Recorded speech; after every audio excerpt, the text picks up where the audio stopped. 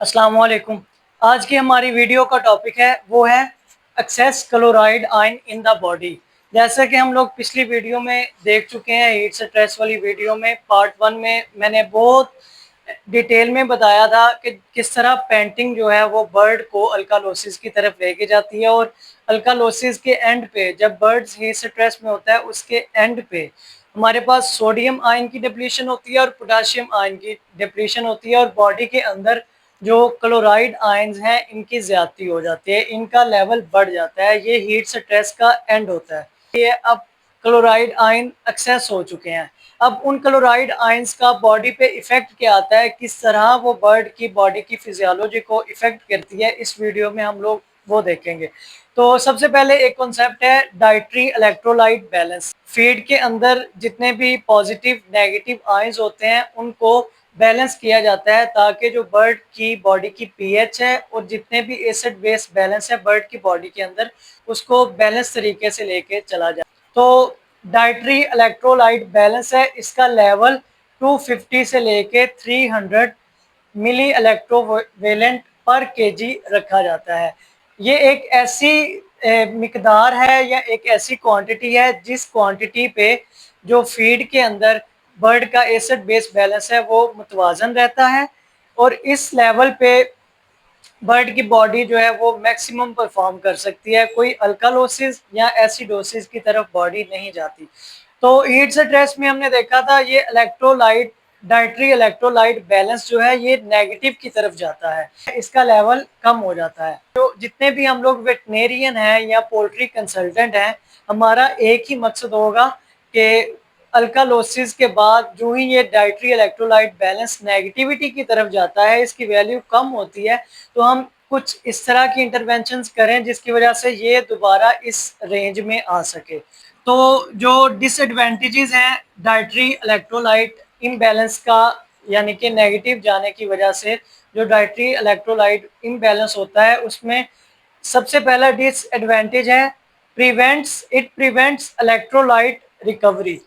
जो ही बर्ड की बॉडी के अंदर सोडियम और पोटाशियम की कमी होगी और बाइकार्बोनेट की भी कमी होगी तो बर्ड का जो इलेक्ट्रोलाइट इम्बैलेंस की तरफ बढ़ जाएगा। तो उसमें क्या होगा, इसमें सबसे पहले हमारे पास आ जाएगा सोडियम आयंस की डिप्लीशन हो जाएगी। सोडियम आयंस जो ही डिप्लीट करेंगे क्लोराइड आयंस बढ़ जाएंगे। अब जो क्लोराइड की इलेक्ट्रोकेमिस्ट्री है वो हमें ये बताती है कि ये एक एसिडोजेनिक एन आयन है। मतलब अगर ये बॉडी के अंदर ज़्यादा होगा तो बर्ड की बॉडी की पीएच अल्टीमेटली ज़्यादा होगी। और दूसरा इसका ये भी है कि ये जो क्लोराइड आयन है ये इस इक्वेशन में, ये जो डाइटरी इलेक्ट्रोलाइट की बैलेंस की इक्वेशन है इसमें ये इक्वेशन में sodium ions plus potassium ions minus chloride ions, तो ये माइनस क्लोराइड आयंस की वजह से इसमें एनाइनिक कंडीशन ज़्यादा हो जाएगी, पोटेंट एसिडोजेनिक है। एक तो ये एसिडोजेनिक है, दूसरा यहाँ पे इक्वेशन में नेगेटिव हो रहा है। तो जितना भी इसका लेवल ज़्यादा होता जाएगा इसकी डिप्लीशन होती जाएगी। तो ये अल्टीमेटली इक्वेशन जो है वो नेगेटिविटी की ही तरफ रहेगी, क्योंकि जितने क्लोराइड आयंस जितने सोडियम आयंस निकलेंगे क्लोराइड आयंस क्या उतना ही लेवल ज़्यादा होता जाएगा। तो सबसे पहला डिसएडवांटेज जो इस पूरी सिनेरियो में होगा वो ये होगा कि जब भी बॉडी में क्लोराइड आयंस ज़्यादा होंगे तो उस क्लोराइड आयंस के ज़्यादा होने की वजह से बर्ड्स की बॉडी का जो एसिड बेस बैलेंस है वो कभी भी रिकवर नहीं हो सकता। इसके बाद जो दूसरा डिसएडवांटेज है क्लोराइड आयंस का ज़्यादा होने की वजह से वो है कि जो बॉडी के अंदर कार्बोनिक एंजाइम है, कार्बोनिक एनहाइड्रेज एंजाइम होता है जिसने बाइकार्बोनेट आयंस का लेवल एक अपनी थ्रेशोल्ड फ्रीक्वेंसी तक रखना होता है, और दूसरे नंबर पे इस आयंस ने बॉडी का जो बाइकार्बोनेट बफरिंग सिस्टम है जो पिछली वीडियो में हम लोग देख चुके थे कि बर्ड की बॉडी खुद को एक ख़ास पीएच रेंज तक रखती है। उस खास ब्लड की पीएच को एक रेंज में रखने के लिए बॉडी का बाइकार्बोनेट बफरिंग सिस्टम काम करता है। अब वो बाइकार्बोनेट बफरिंग सिस्टम जो है वो कार्बोनिक एनहाइड्रेज एंजाइम की एक्टिविटी से मुंसलिक है, और ये कार्बोनिक एनहाइड्रेज एंजाइम जो है इसकी एक्टिविटी ये क्लोराइड आयंस के जिम्मे आती है। जो ही बर्ड की बॉडी में क्लोराइड आयंस का लेवल ज़्यादा हो जाएगा, ये क्लोराइड आयंस डायरेक्टली इंटरफेयर करते हैं कार्बोनिक एनहाइड्रेज एंजाइम के साथ। अब कार्बोनिक एनहाइड्रेज एंजाइम को ये नेगेटिवली इफेक्ट करते हैं। नेगेटिवली इफेक्ट करने की वजह से इस एंजाइम की जो एक्टिविटी है वो कम हो जाएगी। अब इस एंजाइम की जो एक्टिविटी है वो कम होने का मकसद जो ब्लड बॉडी बर्ड की बॉडी के अंदर पीएच वाला सिस्टम है, जो बफरिंग सिस्टम है, वो सारा डिस्टर्ब होगा, जिसकी वजह से जो हाइड्रेशन रिएक्शंस होते हैं कार्बोनिक एनहाइड्रेज के अंडर, वो सारे हाइड्रेशन रिएक्शंस मुतासिर होंगे और बर्ड अल्टीमेटली इम्बैलेंस की तरफ ही रहेगा। नेक्स्ट डिसएडवांटेज है जो हमारे पास है excess chloride ion in the body के तहत, वो आता है version loss of buffering capacity. क्योंकि मैं पहले भी बता चुका हूँ जो क्लोराइड आयन है इसका डायरेक्ट लेवल डिपेंड करता है कार्बोनिक एनहाइड्रेज की एक्टिविटी पे। अब कार्बोनिक एनहाइड्रेज जो एंजाइम है वो डायरेक्टली इन्वॉल्व होता है बर्ड की बॉडी की बफरिंग सिस्टम के अंदर। अब चूंकि क्लोराइड का एक्सेस लेवल है उस वजह से कार्बोनिक एनहाइड्रेज की एक्टिविटी कम होगी। अब कार्बोनिक एनहाइड्रेज की एक्टिविटी कम होने की वजह से जो बाइकार्बोनेट आयंस वाला बफरिंग सिस्टम है वो इफेक्ट होगा और उसकी वजह से एसिड बेस इम्बैलेंस होगा। ठीक है, ये हमारे पास आ गया नंबर थर्ड डिसएडवांटेज है जो कि एक्सेस क्लोराइड आयंस की वजह से होता है, और ये अल्टीमेटली हीट स्ट्रेस का ही कहीं ना कहीं जाके लिंक करता है। इसके आगे जो है नंबर 4 पे जो इसका डिसएडवांटेज है एक्सेस क्लोराइड आयंस का बॉडी के अंदर जो डिसएडवांटेज है वो आता है फिजिकल एंड स्ट्रक्चरल डैमेज। क्योंकि बर्ड की बॉडी है उसने 1 दिन से लेकर 40 दिन तक बहुत ज़्यादा वेट गेन करना है, ऑलमोस्ट 2500 ग्राम्स तक उसने वेट गेन करना होता है, और इस वेट गेन के दौरान उसके स्केलेटल मसल की ग्रोथ होगी, उसकी कार्टिलेजेस की ग्रोथ होगी, उसकी लेग हेल्थ इन सारे स्नैरियो में बहुत इंपॉर्टेंट है।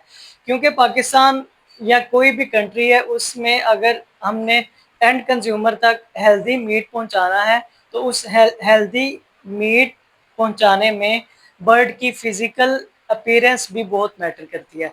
अब किस तरह जो हमारे पास क्लोराइड का ज़्यादा होना लेमनेस काज करता है, तो इसमें हम देखेंगे कि अगर बॉडी के अंदर बर्ड की बॉडी के अंदर क्लोराइड आयन ज़्यादा होंगे तो उसकी वजह से कार्टिलेज डैमेज होगा।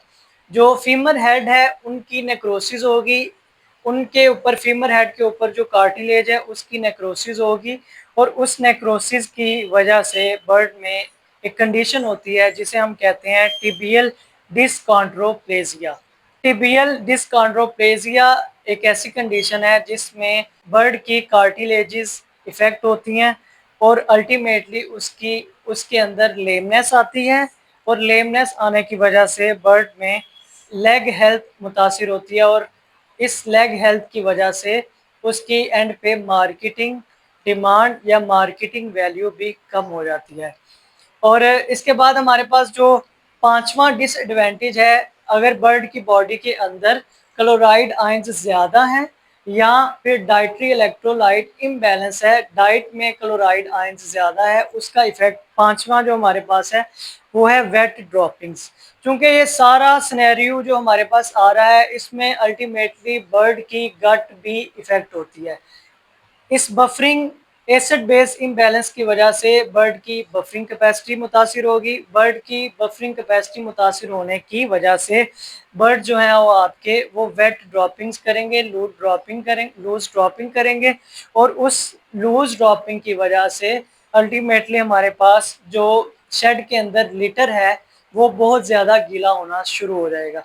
अब देखें वेट ड्रॉपिंग्स का डायरेक्टली इफेक्ट है लिटर क्वालिटी पे। जितना भी लिटर खराब होगा उसका अल्टीमेटली इफेक्ट बर्ड की ओवरऑल हेल्थ पे आएगा। अब लिटर क्वालिटी अगर खराब है आपके शेड में, उसमें अल्टीमेटली अमोनिया गैसेस भी ज़्यादा होंगी। अमोनिया गैसेस के ज़्यादा अखराज की वजह से बर्ड को रेस्पिरेटरी इश्यूज भी चलेंगे। अल्टीमेटली देखें, हीट स्ट्रेस अगर आपके बर्ड में है तो हीट स्ट्रेस कहाँ पे आपके बर्ड को लेके जा रही है, तो हीट स्ट्रेस में आपके बर्ड में लेमनेस भी आ सकती है।